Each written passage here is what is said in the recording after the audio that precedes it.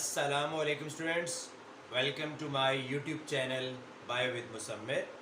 How are you students? Hopefully all of you are fine. Students, chapter number 22 from National Book Foundation, जिसका title है inheritance, और Punjab text book board से variations and genetics, उसको हम discuss कर रहे थे। और आज हम एक टॉपिक को डिस्कस करेंगे, लॉ ऑफ इंडिपेंडेंट असॉर्टमेंट। अब देखिए स्टूडेंट्स, इस लॉ को हम पहले भी पढ़ चुके हैं और इससे रिलेटेड डाइहेब्रिड क्रॉस को भी हमने डिस्कस किया है। आज हम देखेंगे इसकी लिमिटेशन को, इसकी यूज़फुलनेस को और इसके स्कोप को। अब देखिए स्टूडेंट्स, सबसे पहले मैं इस लॉ की स्टेटमेंट को आपके सामने रीड करता हूँ। इस लॉ की स्टेटमेंट है कि each pair of alleles assort independently of other pairs of allele during gamete formation. अब देखिए स्टूडेंट, ये जो डेफिनेशन है वो ये बता रही है कि अगर आपके पास एक पेयर हो अलील्स का, जैसे कैपिटल आर स्मॉल आर, और एक दूसरा पेयर हो अलील्स का कैपिटल वाई स्मॉल वाई, तो जो capital R small R pair है अलील्स का, ये जब असॉर्ट करता है तो ये असॉर्ट करेगा independently of other pairs of alleles. यानी जो कैपिटल वाई और स्मॉल वाई पेयर है अलील्स का, उससे ये इंडिपेंडेंटली असॉर्ट करता है। और इंडिपेंडेंटली असॉर्ट करने का मतलब ये है कि अगली जनरेशन में जब ये जाएगा, ये कोई नेसेसरी नहीं है कि कैपिटल आर कैपिटल वाई के साथ और स्मॉल आर स्मॉल वाई के साथ असॉर्ट हो। जैसा कि हमें पता है कि गैमीट फॉर्मेशन के दौरान नंबर जो अलील्स होते हैं वो अलील्स एक दूसरे से सेपरेट हो जाते हैं, और गैमीट फॉर्मेशन के दौरान क्योंकि नंबर ऑफ क्रोमोसोम हाफ हो जाते हैं तो अलील्स भी इसी तरह से सेपरेट हो जाते हैं, और इनका नंबर भी जो है वो पहले एक पूरा पेयर होता है तो फिर 1 1 हो जाता है, इनका नंबर भी हाफ हो जाता है। अब यहाँ पे आप देख सकते हैं कॉम्बिनेशन जो है कैपिटल आर के साथ कैपिटल वाई और कैपिटल आर के साथ स्मॉल वाई, कैपिटल आर के साथ स्मॉल वाई भी है। इसका मतलब ये है कि असॉर्टमेंट जो है वो इंडिपेंडेंटली हुई है। इसी तरह से कैपिटल स्मॉल आर के साथ कैपिटल वाई और स्मॉल आर के साथ स्मॉल वाई भी है। तो इस लॉ को हम कहते हैं लॉ ऑफ इंडिपेंडेंट असॉर्टमेंट। हम इसको इस तरह से भी डिफाइन कर सकते हैं कि the alleles of each pair of contrasting trait have equal probability to assort with the alleles of other gene pair.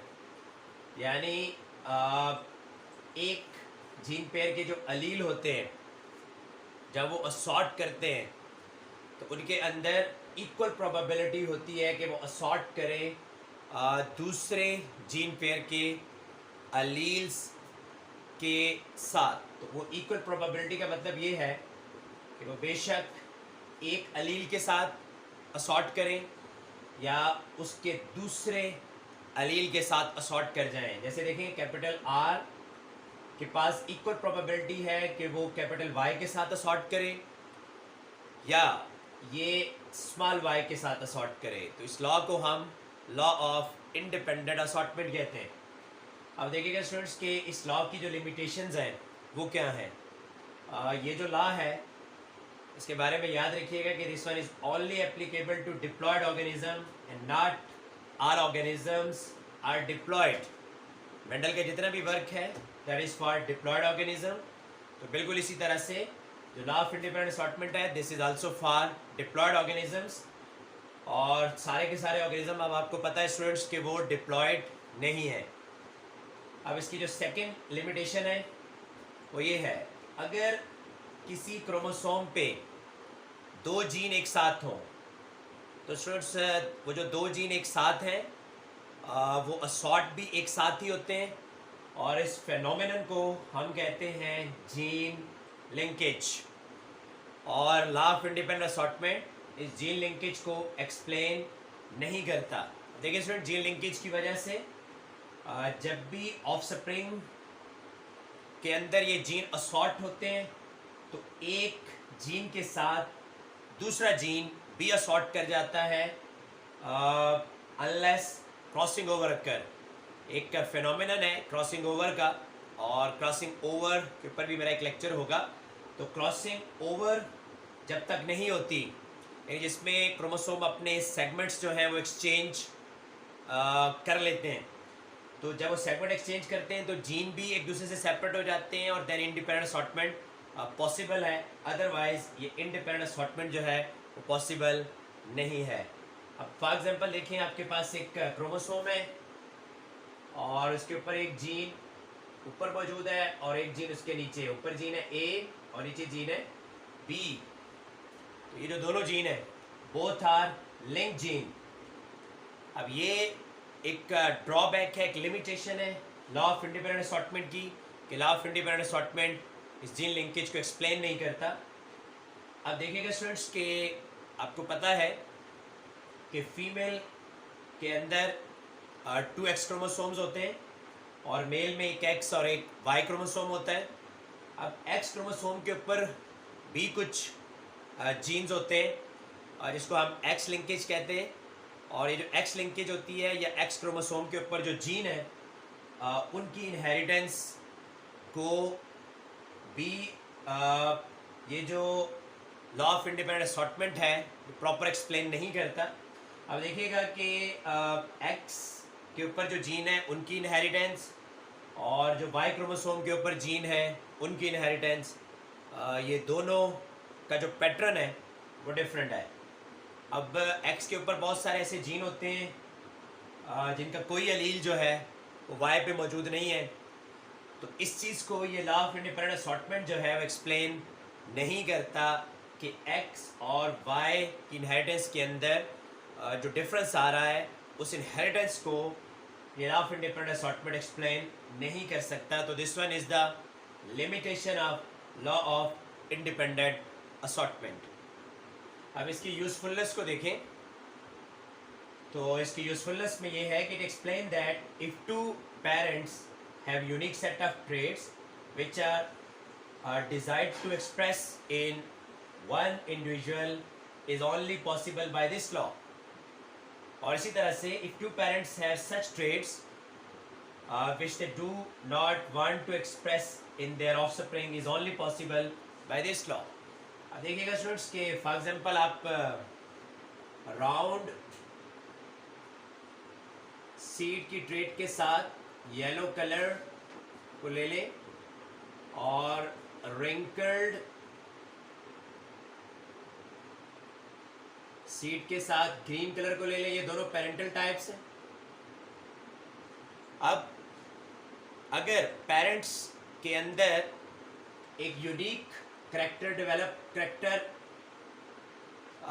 वाले ऑफस्प्रिंग के गैमीट्स बनते हैं, जिससे यूनिक करेक्टर वाले ऑफस्प्रिंग आते हैं, जैसे जी राउंड और ग्रीन वाले और रिंकल्ड और येलो वाले। तो ये पहले पेरेंटल टाइप्स के अंदर ये दोनों कॉम्बिनेशन मौजूद नहीं है, लेकिन जब law of independent assortment applicable होगा तो एट दैट टाइम ये पॉसिबिलिटी हो सकती है कि कुछ यूनिक ट्रेट्स जो हैं वो भी एक्सप्रेस हो जाए।